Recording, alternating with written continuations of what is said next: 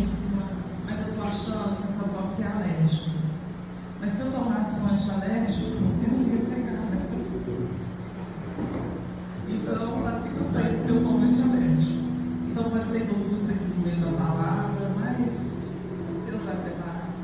Então, vocês estão aí no mês da família, é um tema muito importante e algo que hoje em dia está muito descartado, né? No nosso meio. Família virou algo, inclusive, que não se fala. No meio dos jovens, então, né? Eu trabalho com educação, a gente escuta até no meio deles dizer que não vão casar, que não vão ter filhos, como se isso fosse uma coisa muito bonita. Só que isso não é propósito de Deus, isso não foram os planos de Deus desde o princípio da criação. Deus sempre criou, né? A criação de Deus foi feita para que houvesse uma família. Então isso é propósito de Deus, isso é plano de Deus. Não é porque as famílias que não estão diante de Deus não estão dando certo ou não deram certo, que isso não é propósito de Deus.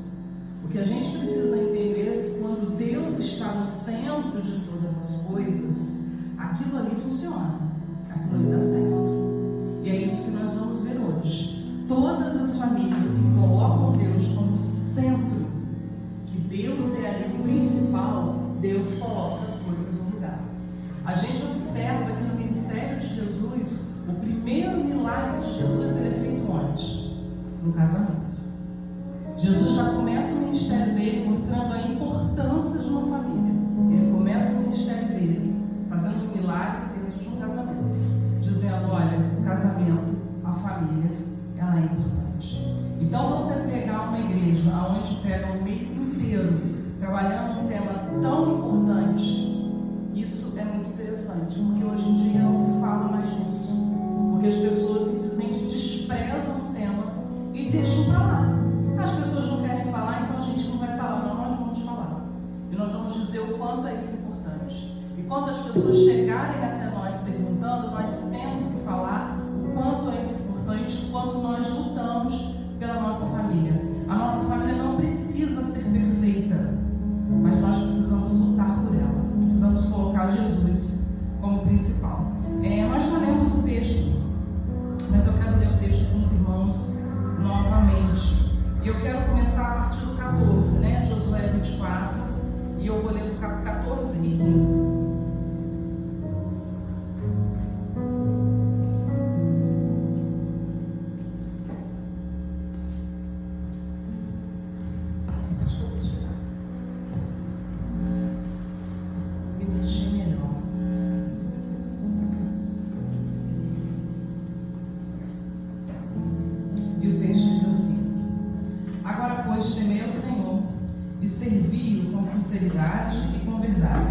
E deitai fora os deuses os quais serviram vossos pais dali no Rio e no Egito, e servir ao Senhor.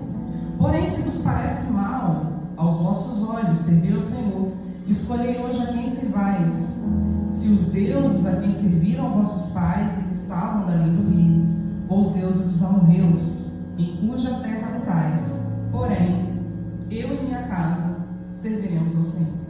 Irmãos, essa palavra aqui de Josué ao povo é uma palavra do finalzinho da vida de Josué. E aquilo que se diz no final, normalmente é mais importante. Quando alguém está morrendo, esse texto aqui não está exatamente morrendo, mas é o finalzinho da vida dele. É assim mesmo? Eu até falo alto, mas hoje eu não vou arriscar, porque a garganta não vai aguentar, senão eu falaria assim, só pode ser ouvir.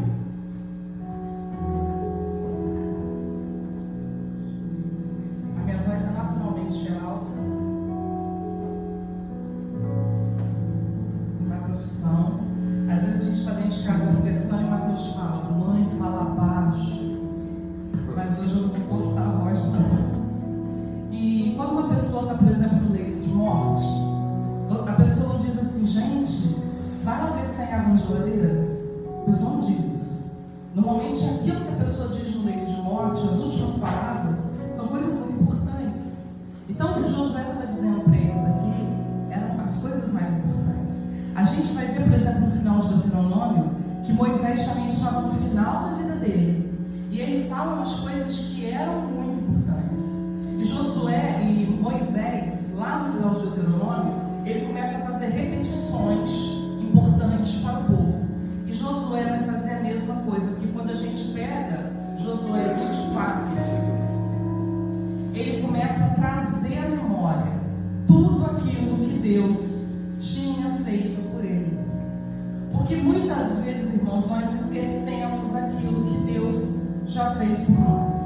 Nós estamos num momento de dificuldade, nós estamos com desafios, nós estamos com lutas, e às vezes a única coisa que nós fazemos é murmurar, é reclamar, é achar que aquilo não tem jeito, é achar que não tem luz no fim do túnel. Mas nós esquecemos como que nós chegamos até aqui. E o povo de Israel era um povo que ele vivia de altos e baixos o tempo todo. Ele vivia aqueles momentos difíceis, aí Deus ia lá, intervia sobre o povo recebia uma bênção, o povo andava bem, daqui a pouco o povo caía de novo, vivia nesses altos e baixos. E aí Josué começa a lembrar o povo tudo aquilo que o povo viveu. E aí ele fala para o povo tomar uma decisão, porque a vida é feita de decisão. A nossa família, ter uma família saudável, ter uma família cheia da graça de Deus, ela é uma decisão. A gente não fala muito que amar é decisão? Amar é decisão. Quando a gente está namorando, a gente tem aqui um casal que está namorando, né? Está noivo? Vocês estão namorando? Pois é. Mas já tem casais casados aqui que já namoraram, né? A gente às vezes namora só porque você teve um interesse inicial. Mas se você decidir casar, você tem que decidir amar. Você não pode no meio do caminho falar, não amo mais. Não. Você tem que decidir amar pelo resto da sua vida. Agora em setembro nós vamos fazer 29 anos de casado. Nós temos que decidir amar todos os dias, independente das lutas, independente dos desafios. É uma decisão diária.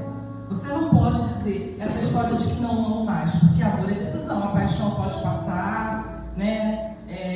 O rosto já não é mais o mesmo, o corpo também deteriora com o tempo. Isso tudo o tempo leva. Mas o amor é decisão. E a constituição de uma família também é uma decisão. E é isso que Josué está dizendo para eles. Vocês precisam tomar uma decisão.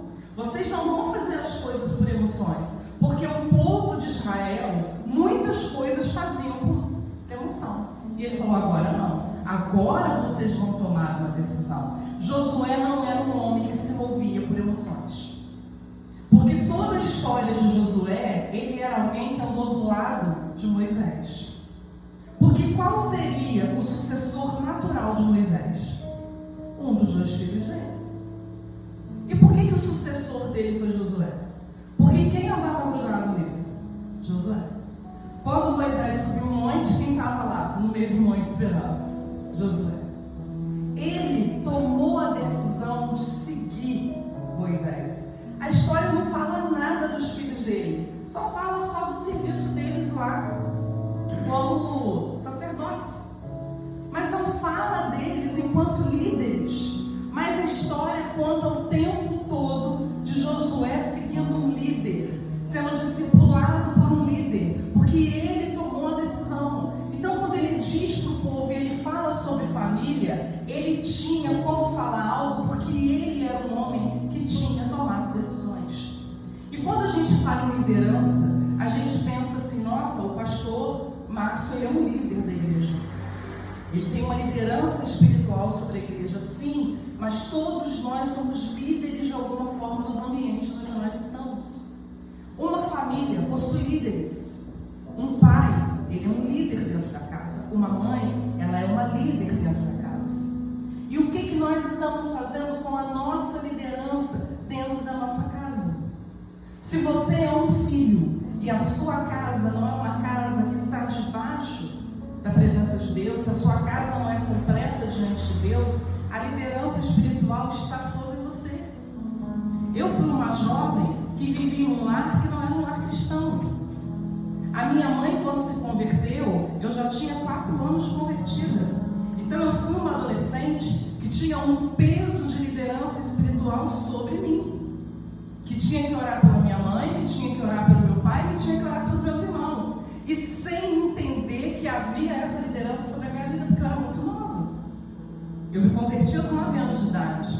A minha mãe só foi para a igreja quando ela estava com 14 anos de idade. E depois disso ficou aquela guerra. Eu e minha mãe, meu pai foi se converter no final da vida, dias antes de morrer. Mas glória a Deus, toda a minha casa se converteu. Mas eu tomei uma decisão ainda adolescente, que eu ia me casar e eu ia formar uma família debaixo da direção de Deus, porque eu não ia repetir aquela história. Eu tomei essa decisão. E eu conheço muitas pessoas que nasceram no lar cristão, pessoas que viveram uma família totalmente completa diante de Deus e não tomaram decisão, porque ouviram essa palavra: se vos parece mal servir ao Senhor, escolhei hoje a quem servais. Serviram ao quê? Ao seu coração, ao seu desejo, à sua emoção. Mas nem todo mundo serve a sua emoção. Muitas pessoas servem aquilo que ele toma a decisão de servir. E eu falei, eu vou montar uma família diferente. Eu decido montar uma família debaixo da direção de Deus. E se você não teve essa chance, a partir de agora você pode decidir mudar a sua história. Porque nós servimos um Deus que muda a história. Qual é a história da tua família? O que você entende hoje que precisa mudar na sua família? Você está diante de um Deus onipotente, que tem todo o poder. De um Deus onisciente, que sabe o que precisa ser feito dentro da tua casa, dentro da tua família. De um Deus onipresente, que Ele vai lá resolver o seu problema enquanto você está aqui, orando e pedindo a Ele. Então, isso pode ser mudado. E é isso que Josué está dizendo para ele. Então, a gente vê um homem que sempre esteve do lado de uma liderança e entendeu o que era liderança. A gente vê dentro da história de Josué, por exemplo, quando os 12 espias foram ver a terra. Quando eu falo dos 12 espias, quem os irmãos lembram dos 12 espias? 2 nomes. Pois é, e os outros 10 nomes? Vocês não sabem. Eu não sei do meu. Eu sou formada em teologia, eu não sei o nome dos outros 10. Ninguém sabe. Sabe por quê? Eles só não foram apagados da história porque ele precisou escrever o nome daquela gente. Mas eles são apagados da memória porque não tem importância. Aquela gente não tem importância. Porque eles não fizeram nada para o reino. Eles foram apagados da nossa lembrança. Os nomes que ficaram lembrados, que todo mundo fala, foram daqueles que entenderam o propósito de Deus, daqueles que lideraram a família deles. E se você olhar a família de Caleb, também foi uma família de decisão, uma família que matava gigantes, porque o genro dele foi lá conquistar uma cidade de gigantes. Ele pegou ele conseguiu casar com Axa porque pegou lá uma cidade lá de gigantes. Então, 2 homens que tomavam decisões direcionadas por Deus, 2 homens que tinham uma família diante de Deus porque tomavam decisões diante de Deus. Então a nossa vida muda quando nós tomamos decisões direcionadas por Deus. E a gente vê lá em Josué 1, é um texto, irmãos, que eu gosto muito. Algumas coisas foram faladas, hoje eu não pude cantar, e eu detesto pregar sem cantar antes. Porque quando a gente canta, você vai sendo ministrado, e aí completa, sabe? Tudo fecha. Mas teve um louvor, eu acho que foi o irmão que cantou. E ele falou assim, se você estiver desanimado, alguma coisa assim, né? Canta o louvor, eu não podia cantar o louvor. Mas o Josué 1, ele fala sobre isso.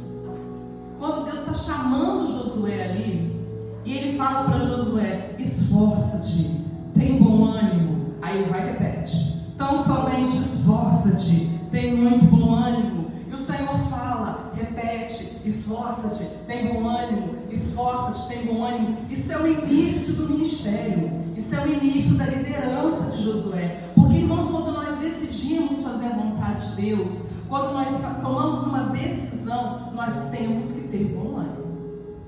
Nós temos que nos esforçar. Porque as situações da vida sempre vão querer nos tirar do propósito. Sempre vão querer nos desanimar. As situações da vida vão sempre dizer para nós: ah, sério? Já deu. Sabe? Tá todo mundo vendo, larga isso pra lá. Você vai continuar lutando por isso? Isso aí não tem mais jeito.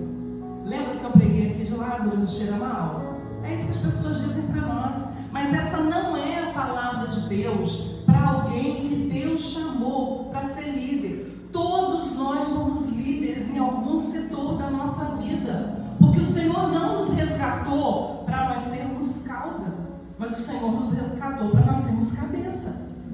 E nós somos liderança dentro da nossa família. Então essa palavra que o Senhor deu para Josué é uma palavra que o Senhor tem dado para nós. Esforça-te e tem bom ânimo. E se Josué não tivesse entendido isso, e se Josué não tivesse também entendido a parte do verso 8, não te aparte da tua boca o livro dessa lei, mas medita nela de dia e de noite, ele não teria uma palavra de sabedoria para entregar no final da vida dele. Para um povo inteiro, para um povo difícil, para um povo que andava em zigue-zague. Porque aquele povo ia e aquele povo voltava. E aí a vida de Josué foi isso: um homem que liderou um povo difícil, um homem que viveu a travessia milagrosa do Jordão, e ainda assim o povo balançava. Um homem que liderou um povo para a queda dos muros de Jericó. Uma história impressionante, porque tinha casa em cima daquele muro. Eu tenho uma dificuldade enorme de imaginar a largura daquilo, porque eu não sei a largura daquela casa.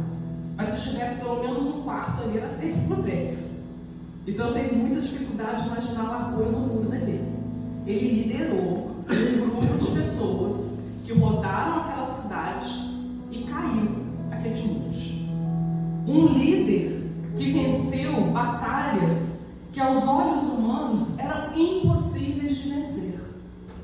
Porque esse povo saiu escravo do Egito. Escravo. E esse povo venceu batalhas e conquistou toda uma terra, porque decisões foram tomadas diante de uma direção do Senhor. E a partir de então, quando eles conquistam essa terra, decisões precisam ser tomadas para que essas famílias fossem saudáveis. Quantas coisas nós conquistamos até aqui? E às vezes nós não paramos para pensar. E quantas decisões nós precisamos tomar dentro da nossa família, dentro da nossa vida individual, para que essas conquistas permaneçam? Porque se o povo, nesse momento aqui, não toma essa atitude, a partir de agora eles estavam por conta deles. Porque quando a gente entra em Juízes e continua lendo a história, a gente vai ver que continua essa confusão no meio do povo. Porque Deus levanta um juiz, o povo acerta o passo, aí aquele juiz morre, o povo perde o caminho de novo, porque o povo tendia a se misturar com os outros povos de deuses estranhos. E não pensem, irmãos, que isso é diferente com a gente, não. Porque o nosso coração, ele é enganoso. Então, se nós não tirarmos do nosso meio os deuses estranhos, quem são os deuses estranhos? Tudo aquilo que nós colocamos na frente de Deus. Tudo que nós colocamos na frente de Deus nas nossas vidas, nos afasta de Deus. Isso são pessoas, isso são coisas, isso são sentimentos, isso são pensamentos. Porque quando a gente fala disso, a gente pensa o quê? A gente pensa em objetos. Mas isso não são objetos, porque objeto é fácil. Se isso aqui coloca na frente de Deus, eu jogo isso fora. Isso é fácil. O problema é o que está dentro de mim e que me coloca longe de Deus. É o que está dentro de mim e está impedindo de eu tomar uma decisão de cuidar da minha família. É o que está dentro de mim e está impedindo de eu orar pela minha família, de eu tomar uma decisão pela minha família. É isso que eu tenho que colocar diante de Deus e que eu tenho que fazer isso aqui, ó, tirar, jogar fora e decidir servir ao Senhor e jogar fora e limpar de dentro de mim. E é fácil, irmãos? Não é fácil. Mas como que a gente resolve isso? Colocando diante de Deus, tomando uma posição clara, porque é um momento de decisão. Ele junta o povo e ele é direto com o povo. Nós temos que tomar decisões, as famílias precisam tomar decisões. A fé, ela não é herdada, ela é decidida. Eu já ouvi uma vez um pastor dizer que filho de pastor não é neto de Deus. Já ouviu esse termo? Não. Eu acho muito engraçado, que filho de pastor não é neto de Deus. Eu era filha de pastor, né? Eu não vou nem falar a profissão do meu pai. Tem a profissão do pai dele também, que é engraçada. De púlpito a gente não fala não, depois eu conto para vocês. Mas não era. Meu pai nem crente era. E na época que eu era jovem, eu ainda pensava que as minhas chances eram muito poucas, porque tinha filha de pastor. Eu não era. Eu pensava, nossa, as minhas chances são menores, né? Porque os rapazes vão preferir as filhas de pastor. Eu não era filha de pastor, ele preferiu a não filha de pastor. Casou comigo. Tá vendo? Casou. Aí, são coisas assim, né? Complicadas. Ele que tomou a decisão. Mas, Deus abençoa, sabe? Deus cuida, Deus prepara. A fé não é herdada. Não é porque nós somos pastores que os nossos filhos vão herdar a salvação. Não são porque nós somos pastores que os nossos filhos já herdam uma família abençoada. Os nossos filhos, eles precisam decidir ter uma família abençoada. Se os nossos filhos não entenderem que eles precisam buscar isso para a vida deles, eles vão ter que pagar um preço por isso.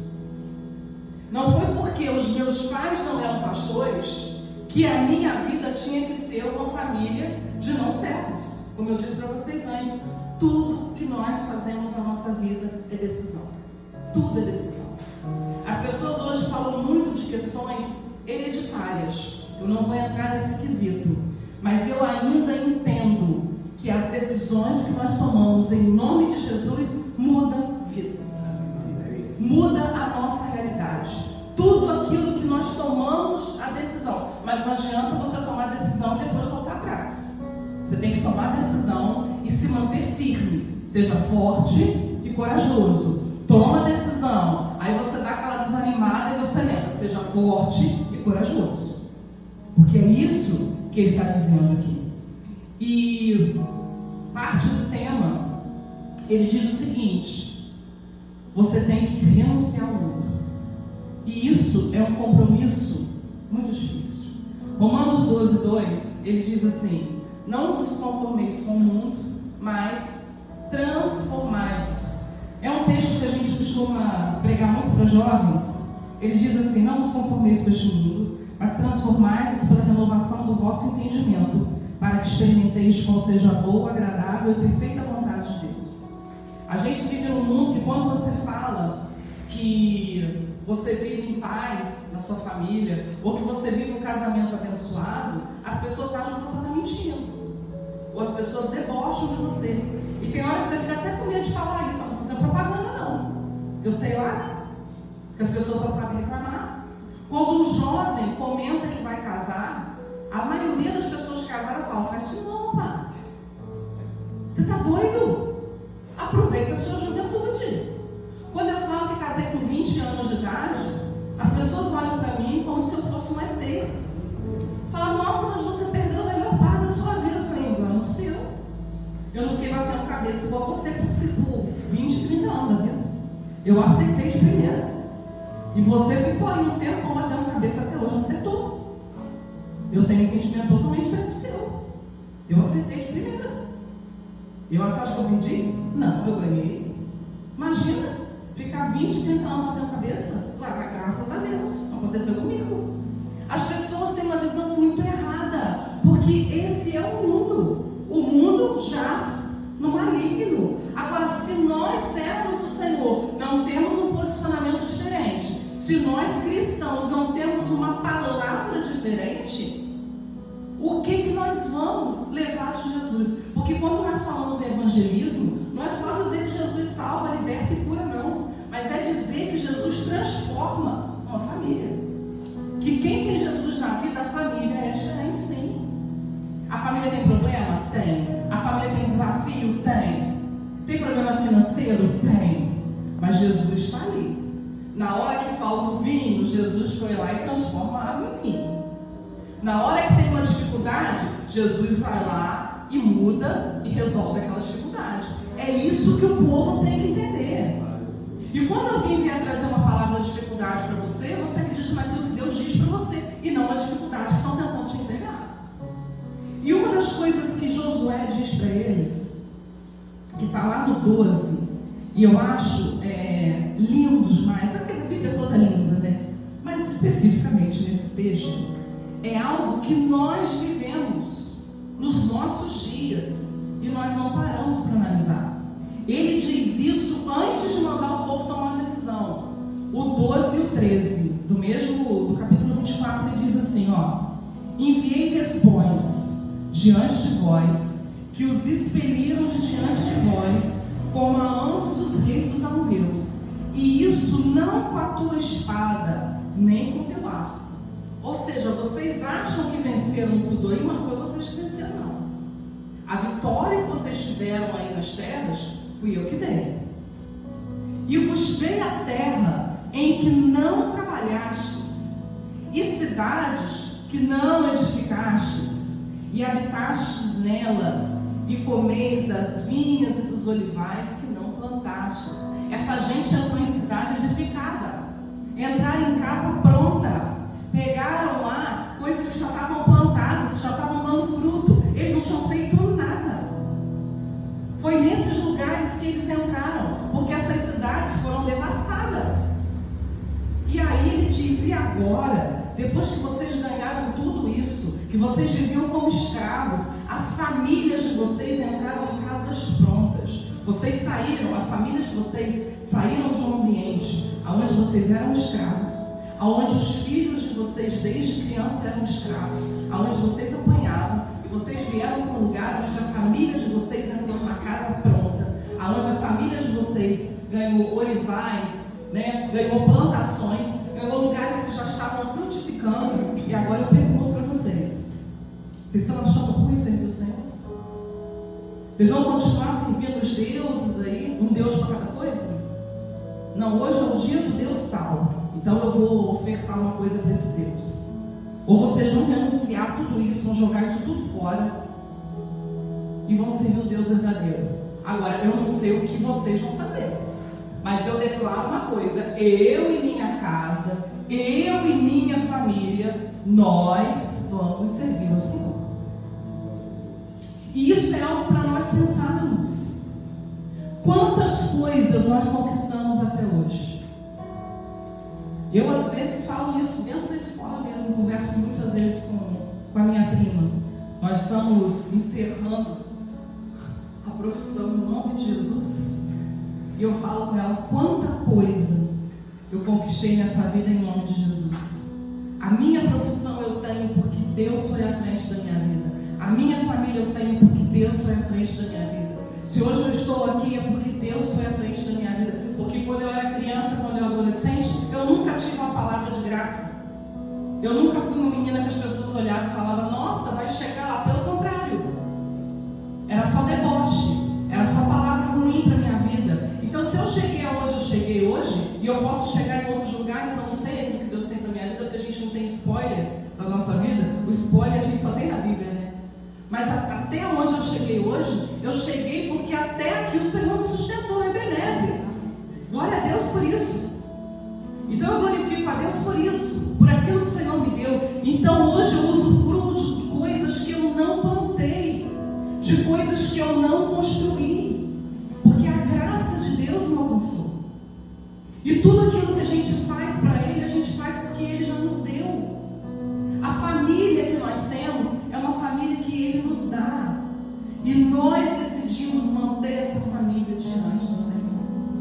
Então hoje, irmãos, a palavra é essa: escolhei hoje a quem servis. Porém eu e minha casa serviremos ao Senhor. Eu não sei em que situação está a sua família, porque às vezes a sua casa é uma casa completa diante de Deus, glória a Deus. Mas e o restante da sua família? Às vezes você tem parentes que não estão na presença do Senhor. Aproveite esse momento, aproveite esse mês, aonde toda a igreja está orando, toda a igreja está buscando. Coloque essa questão diante de Deus. Declare isso sobre a tua vida. Quando você orar, declare isso diante do Senhor. Fala: Senhor, eu sei que eu não mereço, mas eu sei que a tua graça me alcança. Então, Senhor, eu coloco diante de ti a minha família. E eu oro ao Senhor para que eu possa, no final desse mês, declarar e testemunhar isso. Que eu e minha casa serviremos ao Senhor. E que Deus abençoe as nossas vidas e que nós possamos dar testemunho disso. Amém, queridos? Deus abençoe.